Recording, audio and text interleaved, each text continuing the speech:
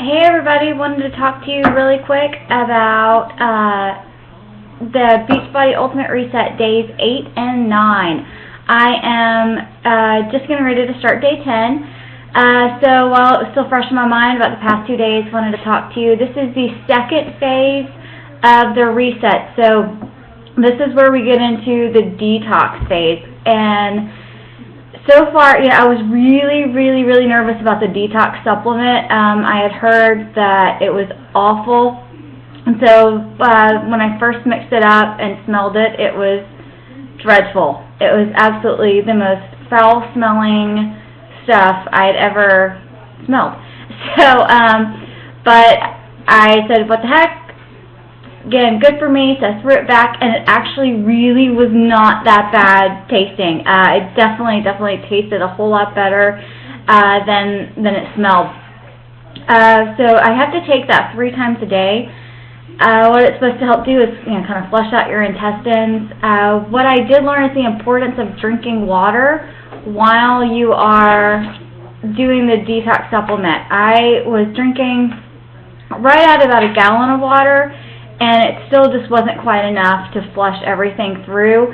And so by the end of day 8, I really looked like I was about 3 months pregnant, where my lower stomach was so ridiculously bloated. So now I'm up to drinking about a gallon and a half of water a day, and that seems to be helping. It's also helping me stay full because with the second phase, the meals are a lot smaller.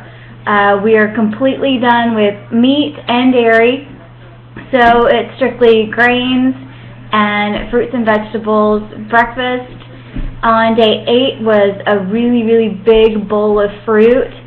I burned through that fairly quickly, and I was really hungry by the time lunch started, so I was just kind of chugging as much water as I could to stay satiated until it was time for my next meal.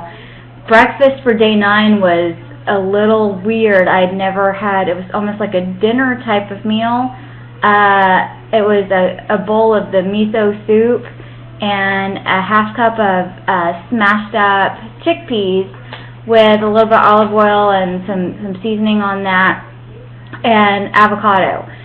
So it was not like your traditional breakfast, but I did not have the hunger pangs that I experienced on day 8. So it was definitely very filling. Lunch yesterday was the same thing I had for dinner on day 8, which was pinto beans and rice, which brings me to a really good point. One of the things I've learned through this is look ahead.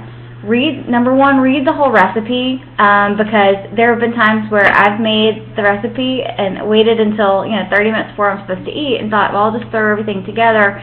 And when I finally get to the last line of the recipe, it says, and refrigerate for an hour before eating.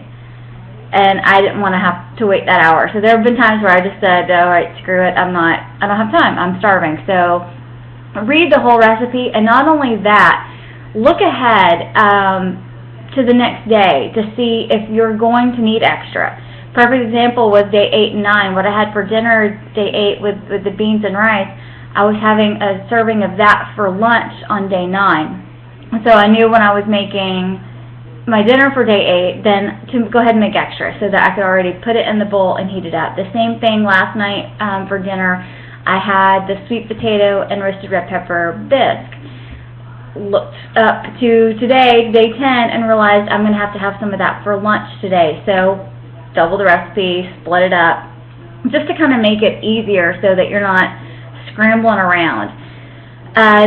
The soup was absolutely fabulous, by the way. I really loved it. It was very filling. I struggled finishing it, but I guess I had dinner, around 7 o'clock last night. Got through. I used to be a big bedtime snack kind of person, whether it was like some yogurt or something before bed. But since doing this reset, the way they combine the fats and the carbs and everything, it's like, I guess it's a slower digesting process, because I still have no desire to eat before bed. I am not waking up in the middle of the night hungry. And speaking of not waking up in the middle of the night, I'm also one who gets up and has to go to the bathroom 3-4 times a night. And that's just, it's not happening. I am falling asleep much faster and sleeping like the dead all night and popping up even before my alarm goes off. And I am notorious for hitting the snooze button. I love to sleep, but and never got enough. And so this is definitely showing with the right food combinations. There's things working. I've got more energy during the day, and I'm able to really, really sleep at night. And so I'm waking up in the morning more rested.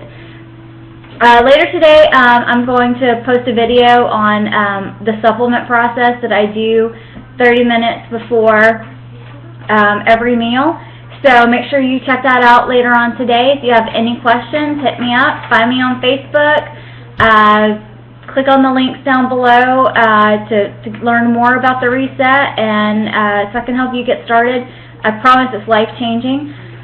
One thing I did not mention was that as of the beginning of day 8, I am down 5 pounds, and I've lost a total of 4 inches all over my body.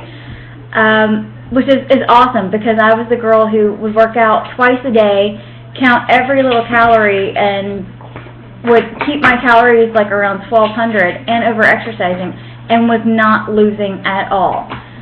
Following this meal plan and the layout and the supplements to a T without exercise, other than I'm doing a little bit of walking every day.